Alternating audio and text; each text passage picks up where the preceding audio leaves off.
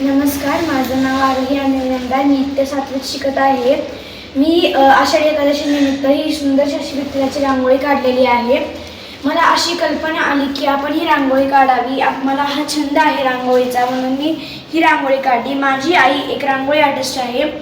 ती यावेळेस आषाढी एकादशी निमित्त गोंदवळे ते पंढरपूर वारीला गेली आहे. त्याच्यामुळे आईच्या वरची रांगोळी मी काढलेली आहे. ही रांगोळीला मला तब्बल अर्धा तास लागला बनवायला, पण ही रांगोळी मी माझ्या इच्छेने बनवली. कशी आली असेल पण माझ्यासाठी ती छान आहे. धन्यवाद. हा आषाढी एकादशी निमित्त असं बाबांनी मी आणि आजीने मिळून सुंदर असा देखावा सादर केलेला आहे. या देखाव्यात बाबांचा छंद पण आहे. इथे खूप सारे वारकरी वारीला चाललेले आहेत, आशाने वारीला चाललेले आहेत. मला हा देखावा आम्ही बनवलेला खूप आवडला आहे, कारण की आम्ही आमच्या छंदामुळे केलेला आहे. धन्यवाद. नमस्कार, माझं नाव आनंद नरहरी इनामदार उर्फ काका.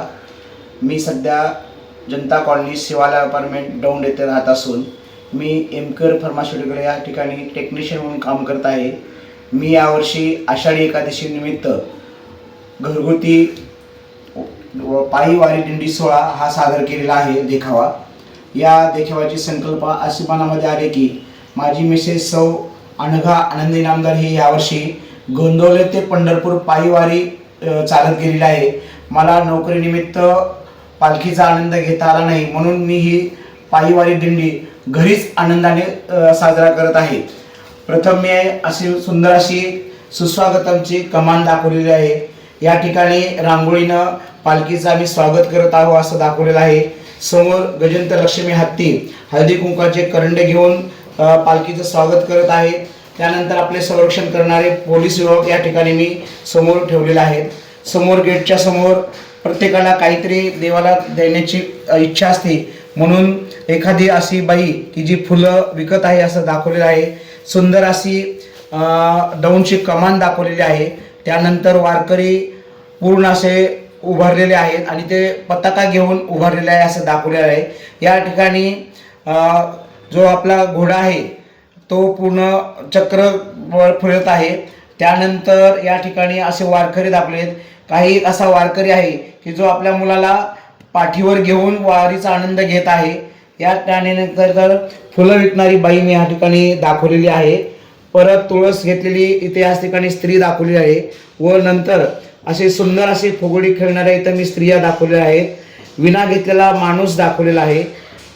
पकवाज बनवलेला एक सुंदर असा वारकरी दाखवलेला आहे. पताका घेणारा एक वारकरी दाखवलेला आहे. सुंदर अशी तुळस घेणारी एक स्त्री दाखवलेली आहे व टाळाचा गजर दाखवलेला आहे.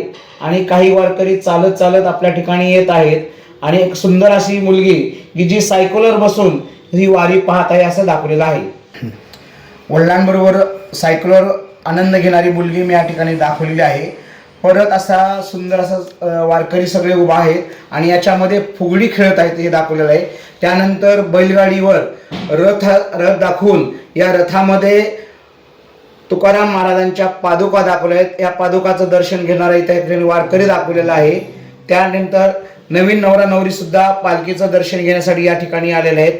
सुंदर अशी एक वारकरी जी विठ्ठलाची आणि रुक्मिणीची मूर्ती घेऊन डोक्यावर घेऊन ती पूर्ण पायी चालत दाखवलेली असं दाखवलं आहे. या ठिकाणी वाहनं दाखवलेले आहेत. ॲम्ब्युलन्स आहे, कारण ही ॲम्ब्युलन्स फार महत्त्वाची आहे. त्यानंतर पाण्याचा टँकर दाखवलेला आहे. माल वाहतूक करणारी गाडी दाखवलेली आहेत. वारकऱ्यांसाठी बसण्यासाठी नवीन आता जी खार गाडी आली ती पण मी दाखवलेली आहेत. सुंदर असे नारळाचे झाड या ठिकाणी आपल्याला दिसत आहेत. हे सर्व आम्ही घरगुती बनवलेले आहेत. यानंतर वर आपण जर गेलो तर प्रथम मला इथं गणपतीची मूर्ती मी दाखवलेली आहे. राम लक्ष्मण सीता पण आहेत. ज्ञानेश्वर महाराजांची मूर्ती आहे. विठ्ठल रुक्मिणीची मूर्ती आहे आणि तुकाराम महाराजांची पण मूर्ती आहे. आत मंदिरामध्ये सुंदर असं मंदिर जसं पंढरपूरमध्ये मंदिर आहे ते मी या ठिकाणी दाखवलेलं आहे. आतमध्ये विठ्ठल आणि रुक्मिणी कमरेवर हात ठेवून उभा आहे असं मी दाखवलेलं आहे. पलीकडं जे आहे ते रामाची मूर्ती आहे. अयोध्यामध्ये जे राम आहे आता सध्या त्या रामाची मूर्ती आहे. हे सर्व असं पूर्ण झाडामध्ये म्हणजे निसर्गामध्ये दाखवलेलं आहे. त्यानंतर असं सुंदर असं कमळाचं झाड आहे. आणि या ठिकाणी जर आपण बघितलं की तुकाराम पंढरपूरमध्ये नामदेव महाराजांची पायरी आहे. नामदेव महाराजांचं कीर्तन हा सीन मी या ठिकाणी दाखवलेला आहे. या ठिकाणी पकवाज वाजवणारा व्यक्ती आहे पेटी वाजवणारा व्यक्ती आहे, तबला वाजवणारा व्यक्ती आहे आणि विणा वाजवणारा व्यक्ती आहे आणि प्रथम मध्ये नामदेव महाराज कीर्तन करत हा असा सोहळा मी पूर्ण असा दाखवलेला आहे. वारीमध्ये आपल्याला जेव्हा चालत असतात वारके तेव्हा आपल्याला वाहनांचा खूप अडथळा होतो. या ठिकाणी मी पार्किंग म्हणजे वाहनं जे आहेत ते सुंदर असे एका साईडनं मी दाखवलेले आहेत. पाठीमागे राधाकृष्णाची मूर्ती आहे आणि हे जे झाड बनवलं आहे ते पूर्ण होममेड झाड आहे. वर पक्षी दाखवलेले आहेत आणि पूर्ण अशी भिंत दाखवलेली आहे आणि पूर्ण वाहनं जे आहेत एका लाईननं आपल्या मार्गस्थ होण्यासाठी मी हा क्रम दाखवलेला आहे. पुढे नंतर सायकलवरचे व्यक्ती ह्या सर्व काही अशा वाहनं मी दाखवले आहेत. आणि सर्वात म्हणजे शिवाजी महाराजांनी तुकाराम महाराजांचा आशीर्वाद घेतलेला हा पण मी त्या ठिकाणी सीन दाखवलेला आहे. त्यानंतर लोकांना विश्रांती घेण्यानंतर एक सुंदर असा चहा आपल्याला पाहिजे असतो तो मी चहाची टपरी दाखवलेली आहे. पुढे झाड आहे, घर आहे आणि त्याच्यावर असा पोपट हा पक्षी मी या ठिकाणी दाखवलेला आहे. हा करण्याचा उद्देश असा आहे की वारी ही आपल्याला लक्षात यावी, वारीचा आनंद आपण सर्वांनी घ्यावा, वारीमध्ये भक्ती आपल्याला दाखवायची आहे. आणि आपल्याला माहिती आहे प्रत्येक ठिकाणी आपल्याला ओळखपत्र मागवलं जातात पण या वारीमध्ये कुठल्याही प्रकारची ओळख मागितली जात नाहीये. तुकाराम महाराज, ज्ञानेश्वर महाराज आणि विठ्ठल रुक्मिणी हे सर्व आपले आईवडील असल्यासारखं आहेत आणि आईवडिलांना ओळखीची गरज नाही.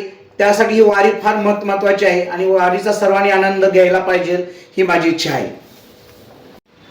माझं नाव मंदाकिनी नरहरी इनामदार. आम्ही राहणार सोलापूर जिल्ह्यातले आहे. उपळे गाव आहे माझं आणि मी 2-3 वाऱ्या केल्या आहेत पण मला आता वारी होत नाही आहे म्हणून माझ्या मुलांनी वारी केलेली आहे आणि आता यावर्षी माझी सुनबाई वारीला गेलेली आहे.